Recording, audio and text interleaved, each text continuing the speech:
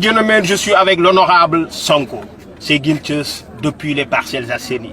Comme vous le savez, c'est un honneur d'être avec lui. Monsieur le Président, toutes mes félicitations. Merci. Très sérieusement, ce que vous faites au niveau de l'Assemblée, c'est extraordinaire.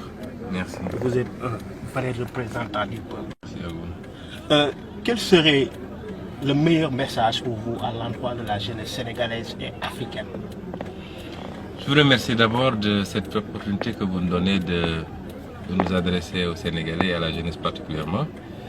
C'est un honneur et un plaisir déjà de faire connaissance parce qu'on ne se connaissait pas. Et surtout que vous nous permettez de poser une problématique extrêmement importante qui est celle de la jeunesse. Vous savez, l'Afrique est extrêmement riche d'abord de ses ressources humaines. Et dans ces ressources humaines, on peut décompter au moins 60% de la population qui est constituée par des jeunes. 70% même? Oui, en tout cas au niveau du Sénégal, les dernières statistiques de l'ANSD tournent autour de 63-64%. Et pourtant, nous sommes encore dirigés par une gérontocratie quasiment, avec des gens qui ont ce que j'appelle des dinosaures politiques, qui ont traversé toutes les générations et qui continuent à se définir comme étant des hommes d'État. Et souvent je dis, hommes de quel État? Parce que si pendant 57 ans vous avez été dans le système et que l'État continue à reculer, ça veut dire que si vous êtes homme d'État, vous êtes mauvais homme d'État.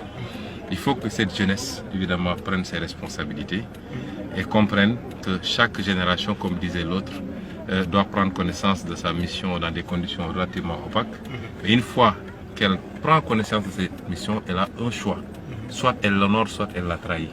Mais la première étape, c'est de prendre connaissance déjà, conscience même de cette mission. Or, souvent, pour une partie de la jeunesse, le premier niveau, le premier problème, c'est qu'on a l'impression qu'il y a une partie de la jeunesse qui n'a pas encore pris conscience de cette mission extrêmement importante.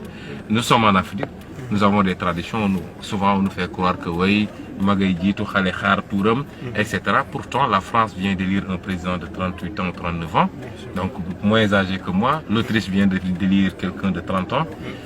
Obama a été président à 43 ans, Kennedy à 42 ans, et pourtant ils ont été parmi les plus grands présidents. Ça veut dire que la jeunesse en tant que telle ne peut pas être un handicap par rapport à l'exercice de responsabilité. Ce qui peut être un handicap, c'est de ne pas avoir la formation requise, c'est de ne pas avoir le patriotisme qu'il faut, et c'est surtout de ne pas également essayer de construire sa personne autour ou sur la base de vertus et de principes très forts. Si ce n'est pas le cas, nous aurons une jeunesse qui fera la même chose que ce qu'on est en train de critiquer. Donc pour simplement dire que c'est à la jeunesse aujourd'hui, ça ne veut pas dire qu'on met tous les vieux au rebut, mais il est temps quand même de renouveler les sphères de décision.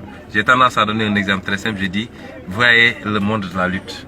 Moi, quand j'étais à l'université, quand j'étais plus jeune, c'était les Double S, les mangas, etc. Quand j'étais à l'université, c'était les Tyson, etc., etc. Après, c'était les Balagay. Maintenant, on commence à parler des Sathies, etc. Ça se renouvelle. Le monde du football, j'étais plus jeune, on parlait de Ettori, de Tigona, etc. Et ainsi de suite. Maintenant, on parle de Messi, mais même les Messi, on commence à sentir que c'est peut-être ils vont virer vers la fin et qu'on commence à regarder les plus jeunes. Donc, pourquoi au sein, et même en politique, mais sur la même période où on a la même classe politique, vous allez aux États-Unis, combien de présidents sont succédés? Je crois qu'il y a un président américain, Obama, qui disait que quand j'étais au collège, Iadema était président. Quand j'étais au lycée, il était président. Quand j'étais à l'université, il était président.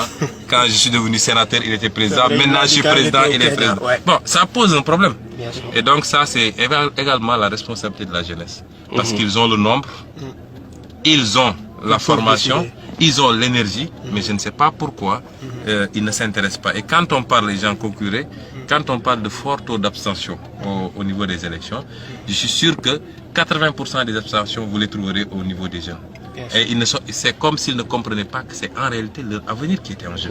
Ce n'est pas l'avenir de Moustapha Niasse ou de Tanor Rouge, etc. Ni de leurs fils d'ailleurs, qui sont tous dans les grandes universités occidentales. C'est leur avenir à eux, les jeunes, qui est en jeu. Mais s'ils continuent à rester dans les grandes places en disant ils sont tous pareils, etc., les choses se feront sans eux, et ce qui se fait sans vous se fait souvent contre vous. Ok. Il faut une implication, 100%. Ladies and gentlemen, it was the man, the representative, Mr. Amadou Sherif, du côté de Canada.